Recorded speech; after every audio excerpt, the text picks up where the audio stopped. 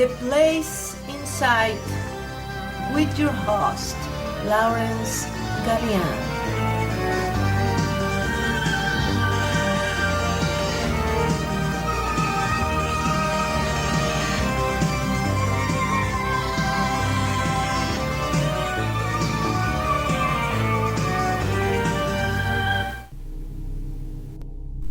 Welcome. This is Laurence Galian, and this is the third episode of The Place Inside. Tonight we're going to be talking about a wide range of topics that I think you're going to find very exciting. First of all, we're going to launch into psychic self-defense or metaphysical self-defense. If you are going to become a metaphysical warrior, you're going to need to know how to defend yourself, right? So, first of all, I want to give you some suggestions and instructions on how to do so. Now, we begin with the basic psychic metaphysical shielding. This is very important. Whenever you are in a situation where it appears to be dangerous, where you are feeling any sense of negativity, bad vibes, if you want to call it that, you immediately need to throw up your psychic shielding. Also, if you are afraid that you are being attacked or may be attacked by different beings or psychic forces, throw up this psychic shield that I'm going to tell you about.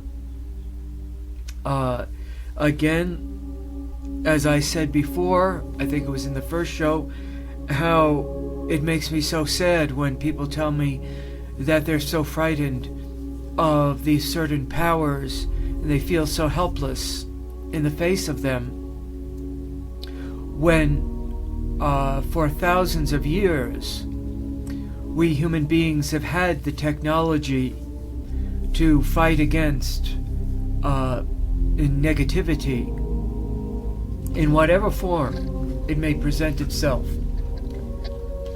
So let's get right to it, will we? What you want to do is to visualize around yourself a blue light.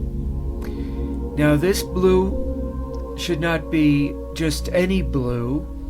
It should be a electric blue. If you've ever seen a spark come out of a extension cord or a wall outlet, you know what an electric blue light looks like. If you've still never seen that, you might want to take a brandy sniffer, put some whiskey in there or brandy, and light it up. And if you look carefully, turn out the lights at night, you will see the blue color that I am talking about.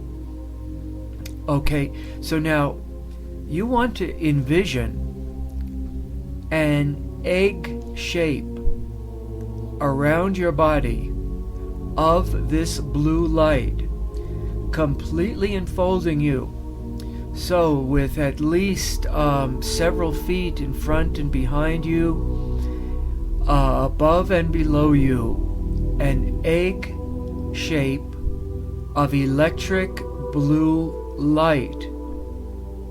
Now, at the top of this egg, still inside the egg, is a bright, bright light. So bright it is like a spotlight. You know, those huge spotlights, they shine when a new club is opening up or a restaurant, and you can see them sweeping the sky or in the real Battle of Los Angeles, when we actually believed we were being attacked many decades ago. You saw the searchlight sweeping the sky.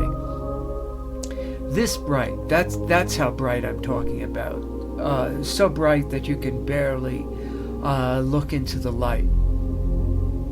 So you have yourself, your body, surrounded by an egg of blue light, three-dimensional egg of electric blue light, and at the top of the egg, still inside that egg with you and your body, is a star of blindingly white light, of blinding white light. Now, what happens next is that this light suddenly bursts forth into a million smaller sparkling lights that shower down upon you, and you are given a bath, a shower of these scintillating white, silvery white little lights falling down and showering all around you. And then this eventually settles into the electric blue egg, and the entire electric blue egg is filled with all these silvery white, brilliant particles of light. It's sparkling. The blue egg is sparkling with blue light, with electric blue light, and these silvery sparkles that are filling the egg. Now, if you keep this image in mind, do this as you go off to sleep at night, the last thing you do before you go to sleep. Do this any time that you may feel negativity in your environment. Do this any time that you feel that you are in danger. After a while, if you keep doing this, you will be able to make this whole sequence of events with the blue egg, with the light bursting into a billion scintillating silvery sparks of light. You'll be able to do this within a matter of seconds. So if you keep practicing, any time that you're in any danger, immediately you can create this electric blue egg of light around you. Alright, so I want you to start practicing doing that. It's very powerful. Now, you may say, or you may be thinking, Laurence, why are you telling us this? We're up against physical objects. You may be saying, I have to deal with a real craft. I may have to deal with a real facility, or a quote-unquote real human being that wants to attack me. Well, that's why we need to talk a little tonight about consciousness. Now, those of you who are well read in the audience, you know when we talk about quantum physics that consciousness affects subatomic particles. There's no question about that. That is scientific fact. Alright? Consciousness affects subatomic particles. So it makes me think that maybe the next war is going to be a war of consciousness. And perhaps that war is already happening.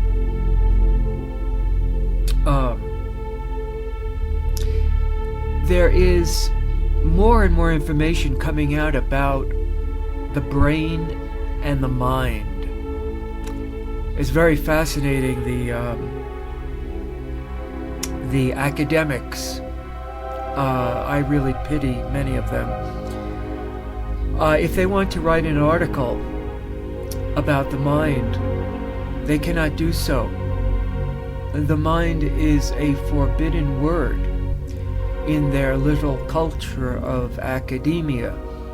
They can use the word brain, that's permissible. But mind, well, they think that's a fairy tale. Well, I think their belief system is absurd. But be that as it may, science is now finding the rogue scientists, if you will, those scientists who are daring to go out on a limb and risk their very careers, and this is true. Some of these people are losing all their grant money, their positions at universities, their tenure, because they are daring to speak the truth. And therefore, we must listen to them. What they are saying is this, that inside the brain, okay, the physical organ of the brain, remember that your brain is only a physical organ, like your heart, your spleen, your gallbladder. It's a physical organ. But the brain has what are called microtubules. Forgive my pronunciation, but these are very, very tiny tubes, if you will, inside the brain. And they are so tiny, scientists for a long time did not know what their purpose was.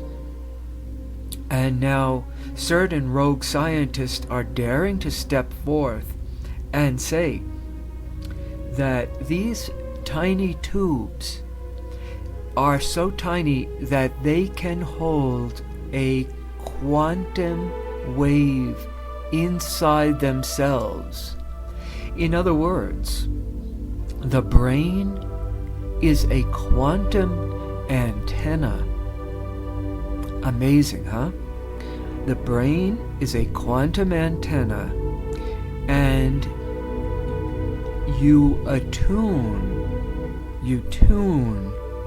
the brain to the frequency of mind. So yes, you have a mind, but your mind is not located in your brain. It is located in another reality,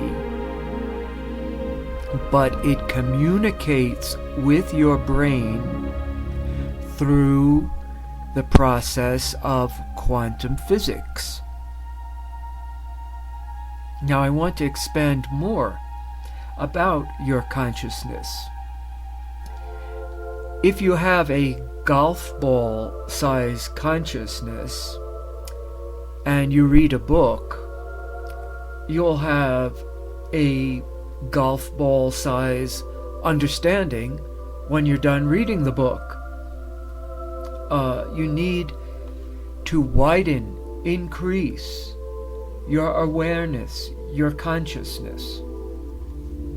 There's an ocean of pure and vibrant consciousness inside each and every one of us. Einstein showed us that the apparent solidity of the world is a mirage.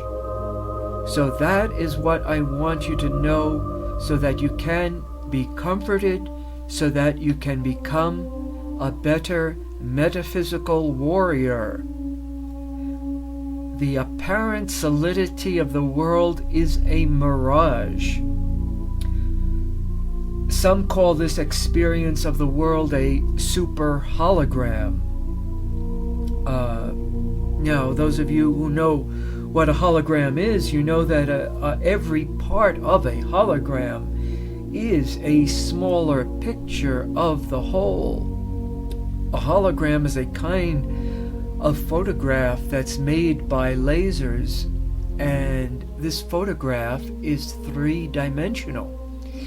If you have not seen a hologram, please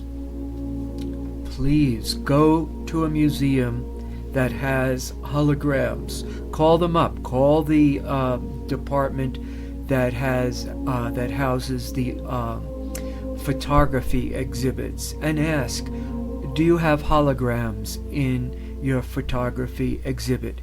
If they do, run, don't walk, because you've got to see these things. You walk around them and you can actually see a human being or an object in 3 dimensions. It's quite amazing. But what is even more amazing is if you broke all the laws of the museum and wanted to risk going to jail, if you reached in and took that hologram and you smashed it on the floor into 1,000 different pieces, each and every one of those 1,000 pieces that you picked up, and if you looked at it and shined a laser light in it, you would see a tiny image of the whole hologram. Now this sounds amazing, but it is true. If the hologram, for example, was a picture of a man swinging a golf club, just for example, when you broke that hologram, when you smashed it on the floor, and you pick it up, one of the 1,000 pieces on the floor, you shine a laser light through it, you will see a tiny little man swinging a golf club in that tiny piece of the hologram. So, that is why people are saying that this whole universe that we perceive is a super hologram. Quantum physics has revealed what the ancient masters knew, and that is matter does not exist. The substance of the universe is consciousness. So the metaphysical warrior works with his or her consciousness. Now, part of consciousness is, or are, your thoughts and your feelings, or as some say, heart and mind. Consciousness is the programming language, if you will, of the universe. So if consciousness is the programming language of the universe, then you can hack reality with your thoughts and feelings. There you go. There's your weapon. Like I said, the way of the metaphysical warrior is not based on physical weapons. It is based on his or her consciousness. Have you ever had the thought that perhaps time is being frozen in certain areas, certain aspects of your life? I'm probably quite a bit older than many of our listeners, and one thing that has afforded me is the ability to look back over many decades and see the changes. Now, I was 6 years old when Alan Shepard lifted off in what was called the first manned space flight. He didn't go into orbit. That wasn't until John Glenn, but he was the first man in space. So I've keenly watched and observed the space program since then. And you may be interested in knowing that there is a strange and mysterious synchronicity between me and the space program. And I'll tell you now what that synchronicity is. As I mentioned, I was 6 years old when Alan Shepard went up, and at the encouragement of my grandpa, I started keeping a scrapbook of the all the space flights, the Mercury flights, the Gemini flights, and so forth. Now, as destiny would have it, at the beginning of the space program, my father worked for a company that built airplanes, and he was an inspector for this company. He never finished college because he had to endure some terrible physical illnesses, including polio, which stopped his studies, but he was a brilliant man. Stopped his formal studies, that is. Anyway, so at the beginning of the space program, my father was helping to build airplanes. Well, guess what? They tapped him to take part in the space program because the company that he was working for was Grumman Aircraft, later known as Grumman Aerospace. This is the company that built the lunar module. Now, I know there is controversy about this, about did we land on the moon and so forth. Well, we'll get into that in a bit. But anyway, what they did was, since there was the quote-unquote race to the moon, the Cold War was going on at the time, and we were competing with the Soviets as to who would be the first country on the moon, who could plant the flag of the United States or the Soviet Union claiming the moon for our country. So, because the space race was on, they decided that the best thing to do would be to have crews round the clock building these spaceships, and that included the lunar module. It was called the LEM for short because its original name was the Lunar Excursion Module.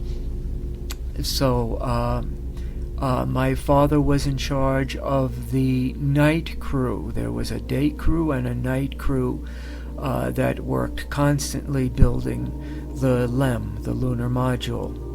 And my father was in charge of the night crew. And in fact, his name is on the moon. He wrote his name on a small piece of paper and put it in the part of the LEM that stayed on the moon. You know, when the astronauts were ready to rejoin the spacecraft orbiting the moon, that half of the LEM blasted off, leaving a bottom portion on the moon, on the lunar surface. So in that portion that stayed on the moon, my father actually wrote his name, and he folded it up in a tiny piece of paper and put it inside that part of the LEM. Now, I do want to mention that I have seen with my own two eyes the lunar modules. For those who believe that this was all a Hollywood production and that we never went to the moon, I'd like to make the following points. First of all, we know beyond any shadow of a doubt that we built the Saturn V rocket, which was ostensibly the most powerful, gigantic rocket in the world.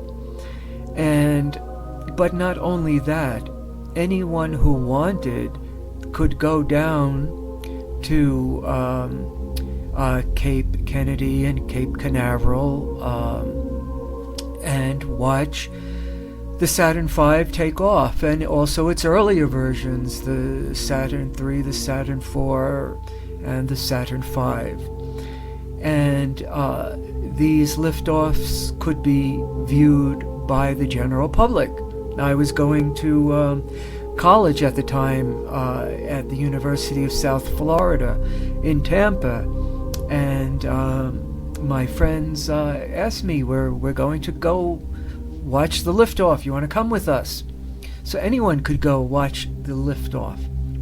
Now I ask you, in all seriousness, if we were going to do a fake Hollywood production of a lunar landing, why would we spend the enormous amount of money required to build the largest rocket in the world, the Saturn V rocket, that anyone could see blast off and feel? The feeling was incredible of the earth shaking when this thing would take off. Why would we build this rocket just to later say, well, yeah, but the rest of it was faked? Just the technology alone to build a rocket this size with that many stages was incredible. So I ask you first, stop thinking, those of you who have heard about the faked moon landing, first think about the rocket that blasted off. Was that faked? Anyone, including you, if you were alive at the time, could have gone down to Florida and watched that take off. And you could have also seen this enormous machine that was built that I think goes like, it's so slow, like 1 foot an hour, that actually was the largest machine that actually rolled out the Saturn V rocket to the launch pad. Again, an enormous engineering feat. So again, something incredible that we built, and that alone proves that we had the technology, the ability to build and create incredible things at that time. Anyway, one night, my dad said to me, remember my father worked the night crew, he said, Larry, would you like to come see the LEMs? They called them the LEMs because they were all being built mostly simultaneously. They were in various stages of completion, but they were all being built in one room. Now, my father did have top secret clearance, and yes, we did have people tapping our phones. We had people following us, of course, because my father was privy to the most top secret knowledge of the space race. But anyway, I'm not sure how he did it, but he got me scrubbed and in a special suit, and I was permitted to enter this area where the LEMs were being built, and it was amazing. First of all, my first reaction was, they are gigantic. I had no idea from the photographs that I had seen, the simulations in magazines and news reports of the service module and the lunar module and so forth. I thought the lunar module would be much smaller. But no, my first reaction was, they're gigantic. And as the door opened, I walked into this room, and this room was immense and filled with at least 10 lunar modules in various stages of completion. So I saw them with my own two eyes. Okay, I am here tonight, to attest to the fact that I saw the lunar modules being built. So, my next question to you would be, if this was a Hollywood faked production, why would there be such a lengthy, costly, expensive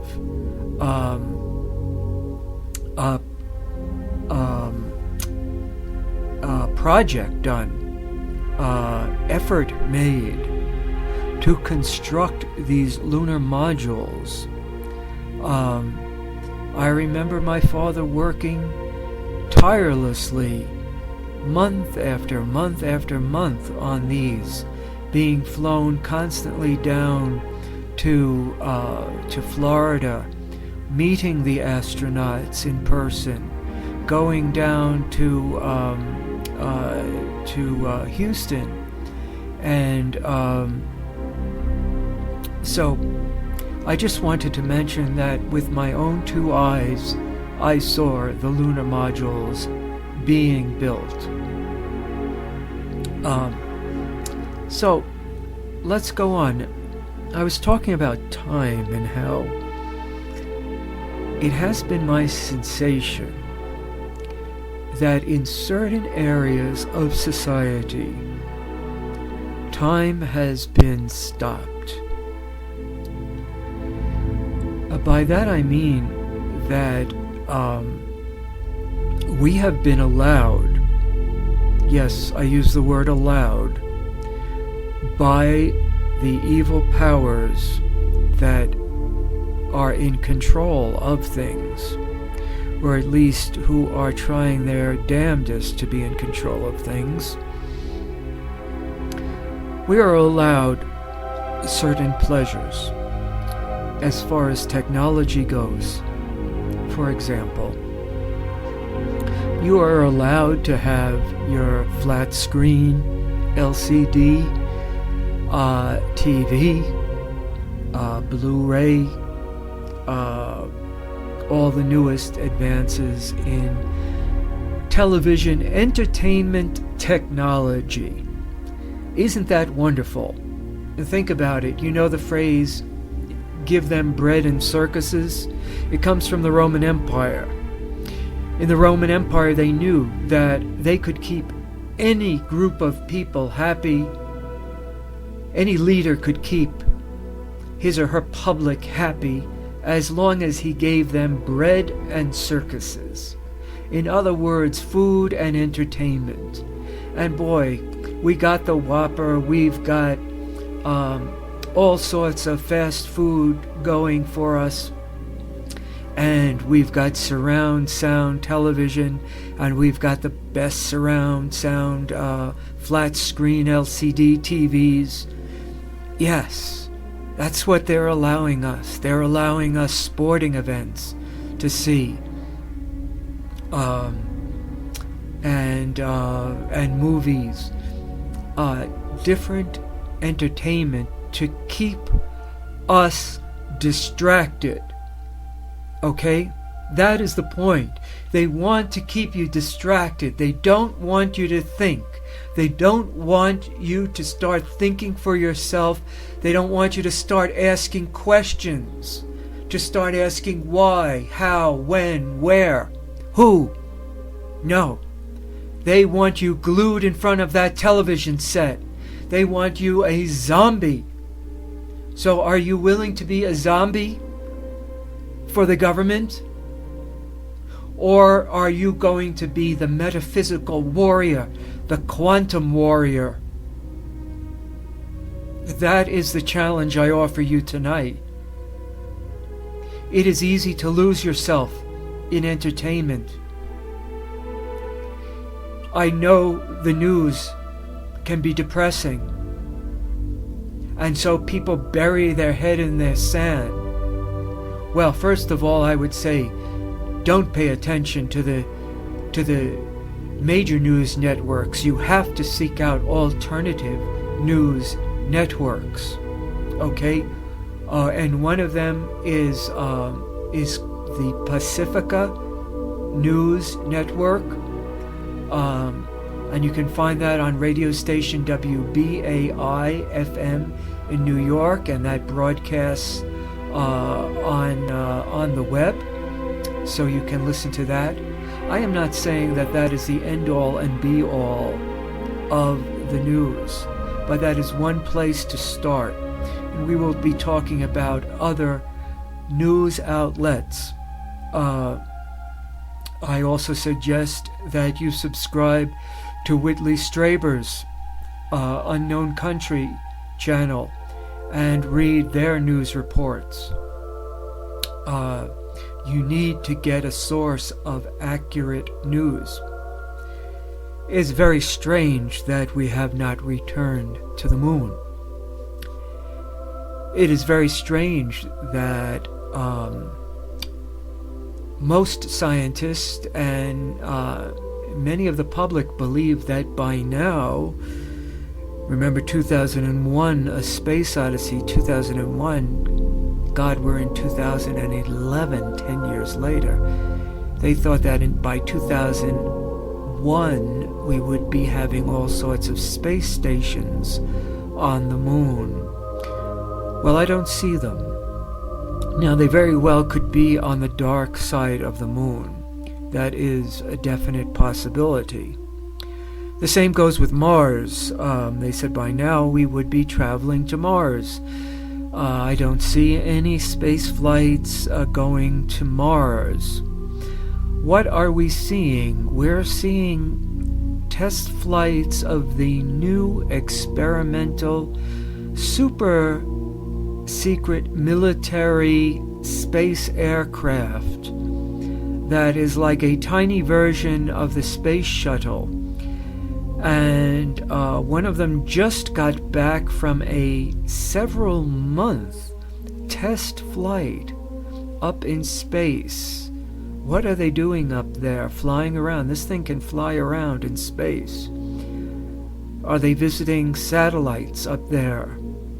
Are they preparing for battle with extraterrestrial spacecraft? Well, whatever it is being kept completely secret from the American public. It seems this is where our Black Ops space military budget is going to. The building and the operation of this vehicle, actually there are two of them, two different prototypes in operation now. They are in flight now, going around the Earth. So, finally, for the metaphysical warrior here in the place inside, I want to share with you something called the morphogenetic field. This is something that you need to know, that you need to have as one of your weapons, one of your tools. Okay? It's called the morphogenetic field. A Dr. Rupert Sheldrake was the first person to start talking about morphic fields. And he began in this way. he started looking at fertilized eggs. And he took the example of a fertilized bat egg. He says that the morphogenetic field of the bat results in an embryo of a bat. But he asked himself the question, how do the individual cells of an embryo know that one is going to become part of a wing, one of them is going to become part of the bat's body, one of them is going to become part of the eyes and part of the radar system of the bat? Because the fact is that after we finished mapping DNA, everybody for many years had said, as soon as we finish mapping the DNA, we will find that there's going to be a gene for the color of one's eyes, a gene for the length of one's big toe, hair color, so on and so forth. And it all seems so scientific, so simple, so clear. Scientists love to tie up reality in a nice, pretty little box with a nice, pretty little bow. Well, reality is a lot more messy than that. The fact is that after they finished mapping the genome, what did they find was there was not sufficient data in there to account for all the different decisions, if you will, that had to be made regarding the body. And they were talking about the human genome at that time. So the size of one's body, the size of one's liver, so on and so forth. Not enough information in the genome. Just the opposite of what they had thought. So therefore now they are beginning to think again. The rogue scientists, the avant-garde scientists, the cutting-edge scientists are saying there must be a blueprint that exists in another level of reality. And we're going to talk more about this. But in another level of reality that informs the physical body or the physical fertilized egg or embryo, how to form itself into a living organism. Now, the blueprint, we can also call it a template. These are made up of fields. Rupert Sheldrake calls them morphic fields. These fields are intrinsically holistic. You cannot take a slice out of the Earth's gravitational field, for example, or the Earth's magnetic field. Take a magnet. You can't chop off the North Pole of a magnet, right? What you end up with is two magnets. If you chop a magnet up, you get lots of small magnets. Living organisms are much more like fields. Because like if you cut up a computer, for example, you'll only end up with a broken, cut up computer. But if you cut a plant up, many plants, many species of plants, what you often end up with are regenerated plants. Now, many of you are familiar with people who will go over to a friend's house, admire a plant, and the person will say, "Oh, don't worry, I'll give you a cutting of my plant." And the person goes home with a little piece of their friend's plant, and they put this into water and earth, and after a while they have a brand new plant.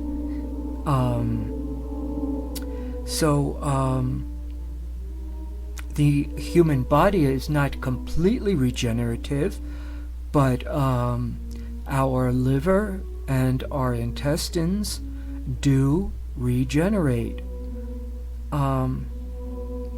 There exists a plan, a blueprint on one level of reality.